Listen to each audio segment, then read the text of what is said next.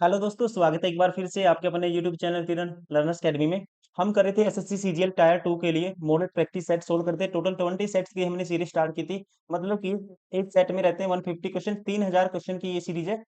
इसमें से सेट 1 हमने स्टार्ट किया था और इसके हमने पार्ट कवर किए थे। पहले पार्ट कवर किया था, उसका मैथ्स किया था 30 क्वेश्चन, फिर 30 क्वेश्चन रीजनिंग, और उसके बाद 45 क्वेश्चन इंग्लिश लैंग्वेज के हमने कवर किए थे। अभी है इसका पार्ट नंबर 4, मॉड्यूल 2 का जनरल अवेयरनेस। जो भी क्वेश्चन बन सकते हैं आपके एग्जाम में, मोस्ट इंपोर्टेंट है अकॉर्डिंग टू 2023, या लेटेस्ट जो क्वेश्चन है वो सारे आपके इस वीडियो में कवर होंगे। तो चलिए स्टार्ट करते हैं। क्वेश्चन नंबर 106, निम्नलिखित में से कौन सी रेगिस्तानी नदियां जो कुछ दूरी तक बहती है और रेगिस्तान में लुप्त हो जाती हैं? आप ध्यान रखेंगे, रेगिस्तानी नदियां उन नदियों को कहा जाता है जो कुछ समय तक तो बहेंगी लेकिन उसके बाद वो विलुप्त हो जाएंगे। और इनमें से दोस्तों ध्यान रखेंगे, रूपेन नदी है जो एक क्या है, ये है रेगिस्तानी नदी है। और ध्यान रखेंगे ये गुजरात के मेहसाणा जिले में बहती है और ये कच्छ के रण में जाके विलुप्त हो जाती है। कहाँ पे विलुप्त हो जाती है? 156 किलोमीटर की दूरी कवर करने के बाद ये कच्छ के रण में जाके लुप्त हो जाती है। कहते हैं विलुप्त हो जाती है। राइट आंसर होगा इसका ऑप्शन 4, रूपेन नदी। विलुप्त का मतलब क्या होता है? लुप्त का मतलब होता है सूख जाती है, मतलब की। क्वेश्चन नंबर 107, जब किसी निवेश का इन्वेस्टमेंट का औसत उत्पाद, मतलब एवरेज प्रोडक्ट, अपने अधिकतम मैक्सिमम पर हो तो उसे कैसे रिप्रेजेंट करेंगे? आपको ध्यान रखना है, according to economics, marginal product average product के इक्वल होगा। और मैक्सिमम होता है जब एवरेज प्रोडक्ट बराबर होता है मार्जिनल प्रोडक्ट के, मतलब कि औसत उत्पाद बराबर होता है सीमांत उत्पाद के। इसका ग्राफ ऐसे बनता है जब आप करोगे इकोनॉमिक्स में, जैसे ये है मार्जिनल प्रोडक्ट, और ऐसे ही यहाँ पे ये होगा एवरेज प्रोडक्ट। एवरेज प्रोडक्ट यहाँ पे मैक्सिमम होगा, ये एमपी मान लो, ये एपी। ये मैक्सिमम को कब होगा? जब ये किसके बराबर होगा? एमपी के बराबर होगा, तो एपी मैक्सिमम वैल्यू देगा। राइट आंसर होगा ऑप्शन सेकंड। और ये भी ध्यान रखेंगे दोस्तों, इस ग्राफ को डेमोस्ट्रेट किया था इकोनॉमिक्स में। नाम है संपत मुखर्जी और मलिनाथ मुखर्जी। संपत मुखर्जी और मलिनाथ मुखर्जी।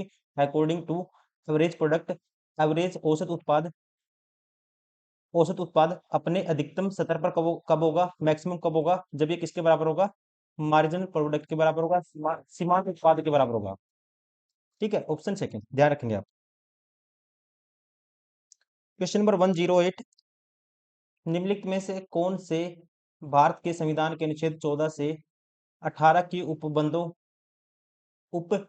के अधीन समता के अधिकार से संबंधित है?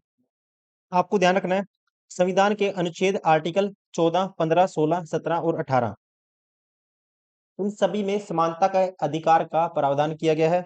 जैसे कि ये है धर्म, मूल, वंश, जाति, लिंग या जन्मस्थान के आधार पर विभेद का प्रतिषेध, अनुच्छेद 15। ये 15 कहता है। वैसे ही लोक नियोजन के विषय में अवसर की समता, ये है आर्टिकल 16। अस्पृश्यता का अंत, आर्टिकल 17। आर्टिकल 17।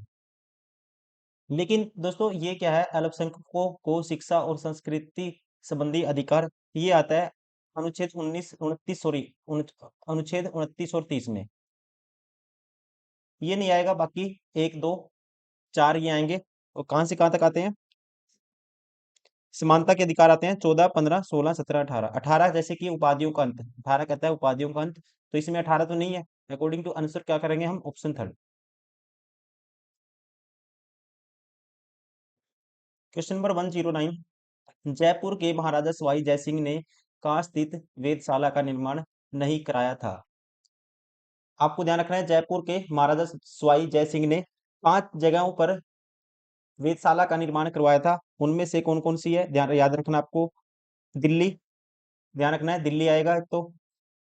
दिल्ली तो ऑप्शन में नहीं है। उसके अलावा मथुरा भी आएगा, ध्यान रखेंगे, यहाँ पे भी करवाया था मथुरा में। वाराणसी में भी करवाया था और उज्जैन में भी करवाया था। लेकिन इलाहाबाद में यहाँ पे नहीं करवाया था। एक बच गया, उसमें आएगा जयपुर।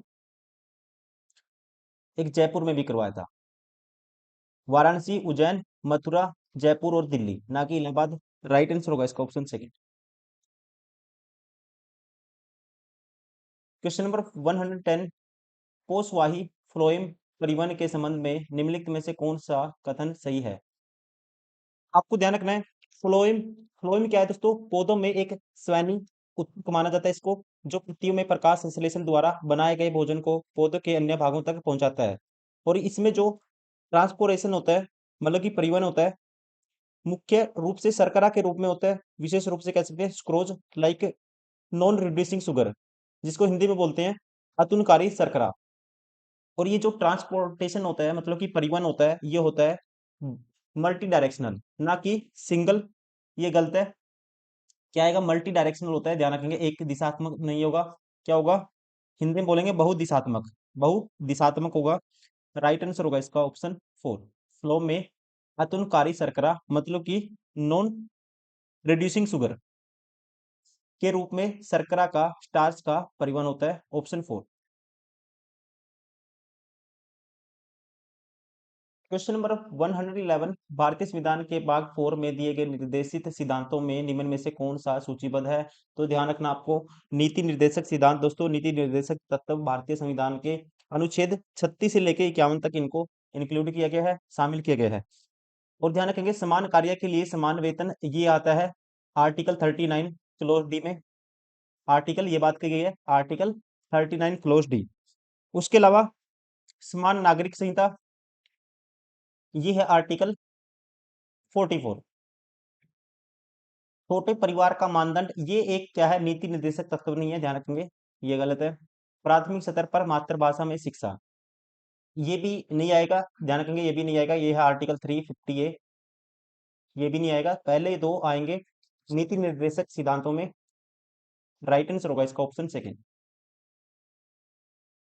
क्वेश्चन नंबर 112, C3 पौधों में O2 की उपस्थिति में प्रकाश संश्लेषण, फोटोसिंथेसिस कह सकते हैं, के निषेध को क्या कहते हैं? आपको ध्यान रखना है, कई पौधे ऐसे होते हैं जिसमें ऑक्सीजन की कंसंट्रेशन बढ़ने से प्रकाश संश्लेषण की दर कम हो जाएगी, प्रकाश संश्लेषण की दर कम हो जाएगी। और इसी को कहा गया है, ये जो कहते हैं, ये खोजा था सबसे पहले, इसका जो पता लगाया था, ये लगाया था वोरबर्ग प्रभाव।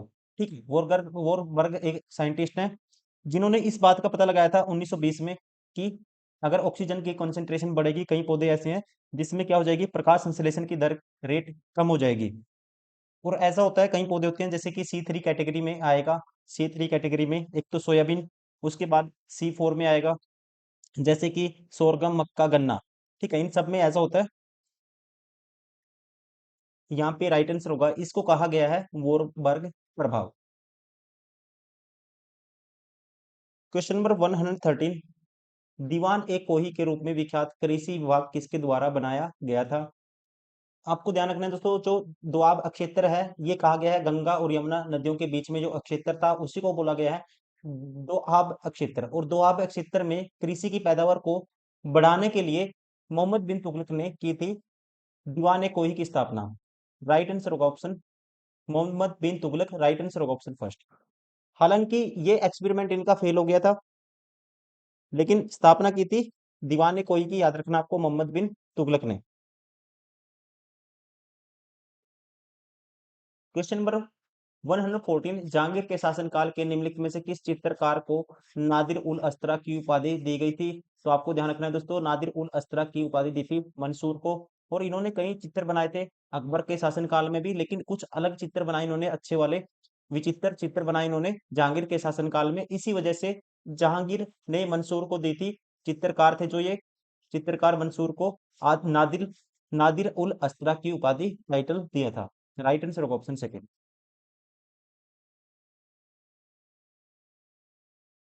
क्वेश्चन नंबर 115, हालांकि ऐसा कोई एकल सिद्धांत नहीं है जो दक्षिण पश्चिमी मानसून की उत्पत्ति को स्पष्ट कर सके, यथापि किसके दौरान पृथ्वी और समुद्र के विशिष्ट तापन की मुख्य प्रणाली मानी जाती है? इसका राइट आंसर होगा, ध्यान रखना आपको, अकॉर्डिंग टू ताप सिद्धांत के अनुसार समुद्र से घिरे अक्षेत्र की तुलना में गर्म उष्णकटिबंधीय अक्षेत्र गर्मी के महीने में भारतीय प्रायद्वीप का एक विशाल भूभाग अक्षेत्र है, जो भिन्न भिन्न तापमान के कारण तपता रहता है, गर्म होता रहता है। राइट आंसर होगा ऑप्शन सेकंड, गर्मी के महीने, गर्मी के महीने के दौरान पृथ्वी और समुद्र के विशिष्ट तापमान की यह मुख्य प्रणाली मानी जाती है। Question number 116, British east India company के शासनकाल में सदर दीवानी अदालत की स्थापना किसने की थी? आप ध्यान रखेंगे दोस्तों, सदर दीवानी अदालत राजस्व का सर्वोच्च न्यायालय होता था, जिसकी स्थापना वॉरेन हेस्टिंग ने 1772 में कोलकाता में की थी। कहाँ पे की थी? कोलकाता में 1772 में, 1772 में किसके द्वारा? वॉरेन हेस्टिंग के द्वारा इसकी स्थापना की गई थी। और ये क्या होता था? राजस्व सर्वोच्च न्यायालय था अपने आप में।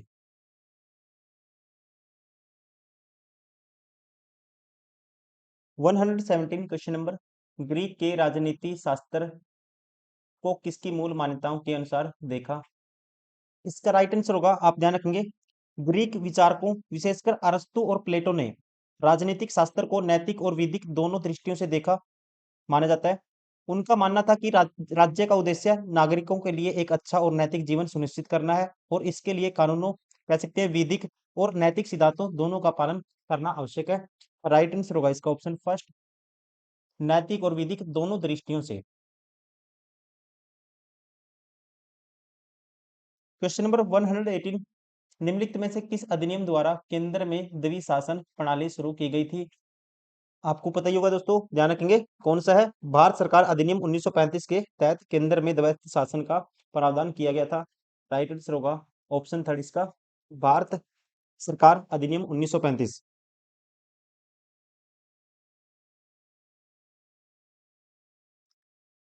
क्वेश्चन नंबर 119, टैक्स आधार में वृद्धि के अनुरूप कर की दर बढ़ने को क्या कहा जाता है? इसे कहते हैं इंग्लिश में प्रगति, प्रोग्रेसिव टैक्स, हिंदी में कहते हैं प्रगतिशील कर, कहते हैं इसको प्रगतिशील कर। ध्यान रखेंगे, progressive tax is a tax in which the taxable amount increases as the tax rate increases. क्या बोलते हैं इंग्लिश में इसको? Progressive tax. हिंदी में बोलेंगे प्रगतिशील कर। वह कर है टैक्स आधार में वृद्धि करने के अनुरूप कर की दर बढ़ जाती है, तो उसे बोलते हैं प्रगतिशील tax, progressive tax. Question number 120, निम्नलिखित में से कौन से हरित क्रांति के नकारात्मक नेगेटिव प्रभाव थे? पहला कहता है अक्षेत्रों के बीच आर्थिक असमानता में वृद्धि। ये अपने आप में स्टेटमेंट दोस्तों ठीक है, क्योंकि हरित क्रांति माना जाता है कुछ स्पेसिफिक या मुख्य रूप से कुछ क्षेत्रों और फसलों तक ही सीमित थी, जिससे उन क्षेत्रों में आर्थिक असमानता बढ़ गई जहां उसका प्रभाव नहीं पड़ा। ये अपने आप में ठीक है। ये क्या है? एक नेगेटिव इम्पैक्ट है, क्योंकि जैसे कि पंजाब में ज्यादा गेहूं का उत्पादन हो गया, HYV जो बीज है उनका यूज किया गया, लेकिन हर जगह नहीं हुआ। सूक्ष्म पोषक तत्वों की कमी, लगातार बीजों का यूज करने से, जो HYV बीज है, केमिकल का यूज करने से, कह सकते हैं लगातार खेती में इन रासायनिक उर्वरकों का यूज करने से मिट्टी की जो सूक्ष्म पोषक तत्व वाली जो क्षमता होती है वो कम हो गई। ये अपने आप में ये भी स्टेटमेंट कह सकते हैं इसका नेगेटिव इम्पैक्ट था। भूजल स्तर का कम होना, ट्यूबवेल का यूज बहुत ज्यादा किया गया। ट्यूबवेल का ज्यादा यूज करने से जो धरती के नीचे जो जल था उसके स्तर में, कह सकते हैं भूजल स्तर में कमी आई। ये भी अपने आप में नेगेटिव इम्पैक्ट है इसका। मृदा का भौतिक और रासायनिक क्षरण, ये भी स्टेटमेंट अपने आप में ठीक है, क्योंकि रासायनिक उर्वरकों के बढ़ते उपयोग ने क्या किया? मिट्टी की उर्वरता में, जो लैंड फर्टाइल थी उसमें कमी की, प्रोडक्टिविटी खत्म हो गई मिट्टी की। ये अपने आप में स्टेटमेंट ठीक है। सारे के सारे नेगेटिव है। राइट आंसर होगा इसका ऑप्शन 4।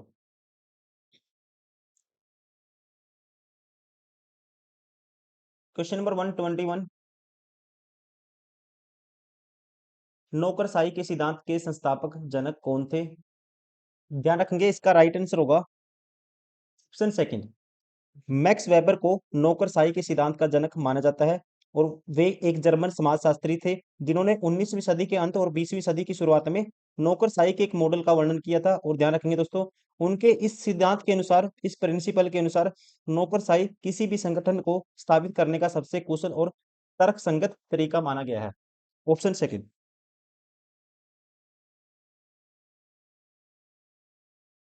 क्वेश्चन नंबर 122, संयुक्त राष्ट्र संघ कब अस्तित्व में आया था?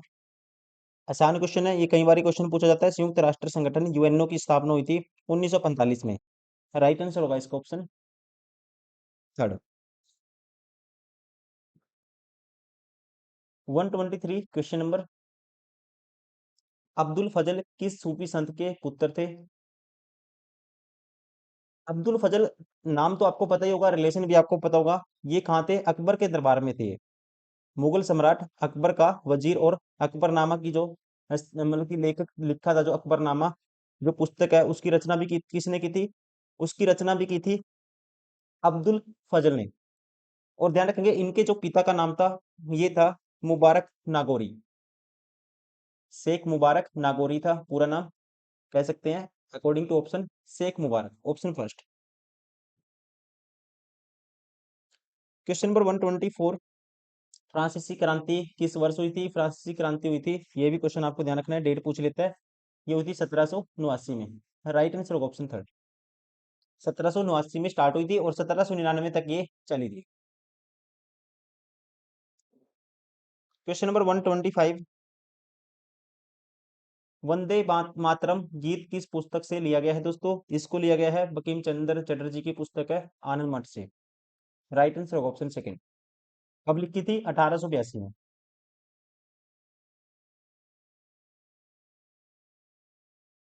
क्वेश्चन नंबर 126, जीका वायरस का वाहक कौन सा मच्छर है? मतलब कौन से मच्छर से ये फैलता है, इसका नाम है, ये भी आपको ध्यान रखना है, एडिस। जीका वायरस का वाहक कौन सा मच्छर है? एडिस है, ऑप्शन सेकंड।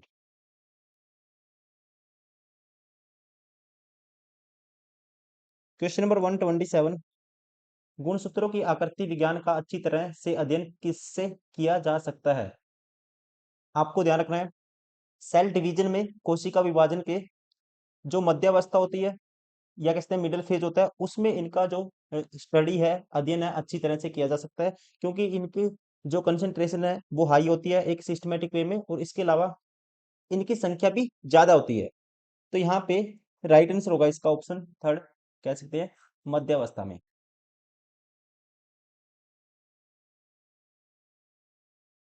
क्वेश्चन नंबर 128, निम्नलिखित पत्तनों को उनके संबंधित राज्यों से सम्मिलित और सूचियों के नीचे दिए गए कूट विकल्पों का उपयोग करके सही उत्तर का चयन कीजिए। यहाँ पे देखो, बंदरगाह दिए गए हैं, पोर्ट दिए गए हैं, और स्टेट दिया हुआ है, राज्य दिए गए हैं। सबसे पहले कांडला, दोस्तों ध्यान रखेंगे, कांडला आता है गुजरात में। कांडला कहाँ आता है? मिलान कर देता हूँ, गुजरात में आता है। हल्दिया पश्चिम बंगाल में आता है, ध्यान रखेंगे आप। हल्दिया कहाँ पे है? पश्चिम बंगाल। कांडला गुजरात। कोचिन जो बंदरगाह है, ये आता है केरल में। और पारादीप आता है उड़ीसा में। राइट आंसर होगा इसका ऑप्शन फर्स्ट। क्वेश्चन नंबर 129, पर्वतों की लगातार श्रृंखला कौन सी है जिसकी उत्पत्ति भारत की समुद्री सीमा के लगभग समानांतर है? इस श्रृंखला का नाम है, राइट आंसर होगा इसका ऑप्शन फोर, पश्चिमी घाट। ध्यान रखना है, पश्चिमी घाट। क्वेश्चन नंबर 130, निम्नलिखित कथनों पर विचार करें, उपयुक्त में से कौन सी स्टेटमेंट करेक्ट है, ये आपको बताना है। कौन सी स्टेटमेंट जो सही है, ये आपको बताना है। पहला है, भारत का संविधान देवनागरी लिपि में हिंदी को भारत सरकार की आधिकारिक भाषा के रूप में निर्दिष्ट करता है।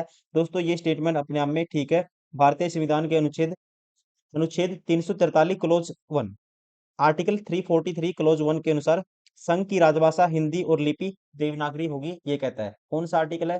343 क्लोज वन। ये अपने आप में ठीक है, पहला। उसके बाद, अंग्रेजी भी संविधान के प्रारंभ में होने की तिथि से केवल 10 वर्ष की अवधि के लिए एक सहयोगी राजभाषा थी। ये स्टेटमेंट दोस्तों गलत है। संविधान के प्रारंभ से 15 वर्ष की अवधि के लिए अंग्रेजी का उपयोग जारी रखने का प्रावधान था, न कि 10 वर्ष के लिए। यहाँ पे क्या आएगा? 15 वर्ष, फिर ये ठीक हो जाता है, ये गलत है। थर्ड, मराठी और तमिल उन भाषाओं में से हैं जिनका उपयोग संघ में आधिकारिक उद्देश्यों के लिए भी किया जाता है, ये स्टेटमेंट भी गलत है। मराठी और तमिल दोनों ही भारतीय संविधान की 8वीं सूची में शामिल भाषाएं हैं, लेकिन ये कथन कि उनका उपयोग संघ में आधिकारिक उद्देश्यों के लिए, ऑफिशियल डिसीजन या पर्पस के लिए किया जाता है, ये गलत है। ऐसा कुछ नहीं है, ये गलत है, क्योंकि आधिकारिक भाषाएं दोस्तों कौन सी है? हिंदी और इंग्लिश। पहला ठीक है ओनली, केवल एक ठीक है, राइट आंसर होगा ऑप्शन फर्स्ट।